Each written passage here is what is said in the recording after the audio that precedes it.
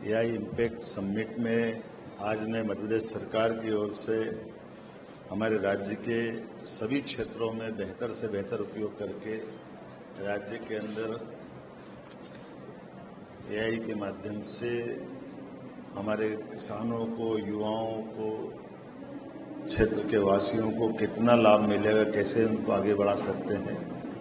खास करके हमारा अपना राज्य कृषि प्रधान बड़ा राज्य है और हमारे देश के अंदर कंट्रीब्यूशन भी बहुत बड़ा है। ऐसे में भविष्य की दृष्टि से हमारे किसानों के लिए उनकी फसलों के उत्पादन में आने वाली बीमारियों की सही समय से जांच, सही समय पे उपचार और उत्पादन बढ़ाते हुए कम लागत से उनको इस एआई का भी क्या लाभ मिले और क्षेत्र क्षेत्र में भविष्य की फसल के विविधीकरण का लाभ भी कैसे मिले। और खास करके एग्रीकल्चर में हार्टिकल्चर, फ्लोरिकल्चर तमाम प्रकार की जो संभावना है, फलोद्यान से औषधि के आधार पर नियमित बहुफसली व्यवस्थाओं में और इसके साथ साथ सिंचाई का रकबा, भविष्य की दृष्टि से बिजली, पानी, आवागमन की सुविधा, प्रोसेसिंग की यूनिट लगाने में, स्टार्टअप को बढ़ावा देने को लेकर के आज के समय में आधुनिक दृष्टि से हमारी हर सेक्टर में बढ़ने की संभावनाओं को लेकर एआई का जो बड़ा ये समिट माननीय प्रधानमंत्री जी के नेतृत्व में जब देश आगे बढ़ रहा है तो मध्य प्रदेश अपनी बड़ी भूमिका अदा कर रहा है। बड़े राज्यों में हमारा 5वां नंबर है। ऐसे में हम अपने राज्य के चिकित्सा क्षेत्र में भी एआई का बढ़ता हुआ जो लाभ उठा करके बीमारियों को सही समय से पहचान, उनका निदान, आने वाले समय में कई और कंपनियों के लाभ लेकर के हमारा दूरस्थ अंचल में भी चिकित्सा क्षेत्र में हम प्रभावी भूमिका अदा कर पाएं।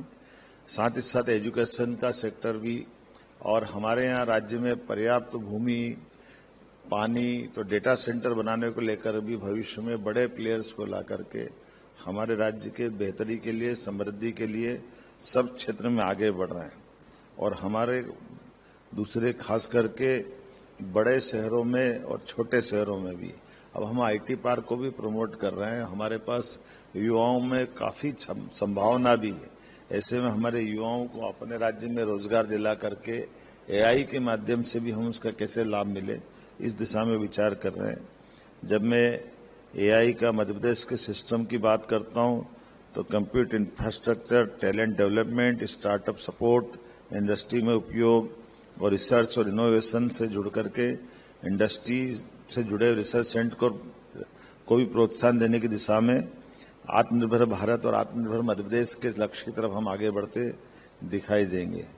एआई स्टार्टअप को सरकार के साथ काम करने का मौका देने के लिए भी हमारी सरकार इस पर काम कर रही है। एमएसएमई में भी, रिसर्च और नई खोज में भी, खास करके आने वाले समय में बिजली के लिए भी आगे हम किस प्रकार से बढ़ें।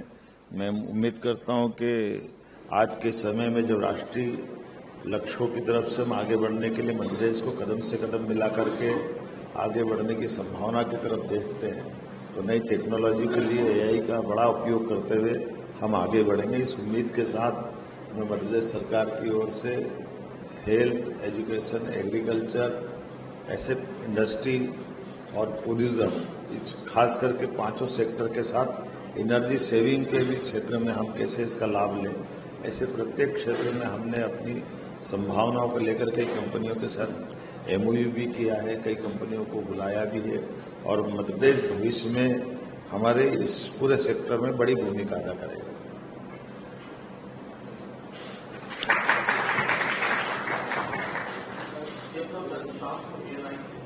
मेरा सवाल है कि जितनी भी सरकारें उनकी जवाबदेही होती है कि एक रूल ऑफ लॉ के लिए उनकी जवाबदेही होती है। ऐसे में जब एआई का इस्तेमाल होता है तो भारत क्या भूमिका निभा सकता है एक ट्रस्टवर्दी एआई डेवलप करने के लिए, ग्लोबल शेप देने के लिए उसका? देखिए, मैं भारत के संदर्भ में तो नहीं बोलूंगा, अपने राज्य के संदर्भ में बोलूंगा। और मध्य प्रदेश के संदर्भ में हम अपने उन सारी संभावनाओं पर भी काम कर रहे हैं और आवश्यक सावधानी भी रख रहे हैं, जिसमें भविष्य में आने वाली चुनौतियों से हम सक्षमता से कैसे निपटें। मुख्यमंत्री जी, ब्रह्म प्रकाश हूँ मैं जी न्यूज से। मेरा सवाल राज्य को लेकर ही है कि आपने यहाँ मुलाकात भी की है, आपने विजिट भी किया है पवेलियन में, देखा है कि एआई किस तरह से तेजी से पूरी दुनिया बदल रहा है। तो मध्य प्रदेश को लेकर कोई आपने जो खाका तैयार किया है, प्लान, और कोई टाइम लिमिट, उसमें टाइम बाउंड प्लान तैयार किया है कि इस फील्ड में इस साल तक आगे बढ़े? प्रस्तावना में ही कहा कि हमारे यहाँ बड़े बड़े सेक्टर है, जैसे कृषि का क्षेत्र बहुत बड़ा है, गेहूं उत्पादन से लगा करके धान और सोयाबीन में हम बड़े प्लेयर्स हैं पूरे देश के अंदर, और उसी प्रकार से फूलों के उत्पादन से लेकर औषधि तक, सब्जियों से लेकर के सब सेक्टर में हम आगे बढ़ रहे हैं, फलोद्यान में भी आगे बढ़ रहे हैं। तो कृषि को लेकर के किसानों के समय पे बीमारी की फसलों के साथ उनकी उत्पादन क्षमता बढ़ाने के लिए क्या सरकार मदद कर सकती है, सही से दवाइयाँ और बाकी प्राकृतिक आपदाओं में भी अगर हमारे किसानों की हम मदद कर पा रहे हैं तो एआई का क्या लाभ ले सकते हैं, उस सेक्टर में हम आगे बढ़ रहे हैं। एजुकेशन, हेल्थ, यहाँ पर भी बड़ी अच्छी भूमिका एआई निभा सकता है।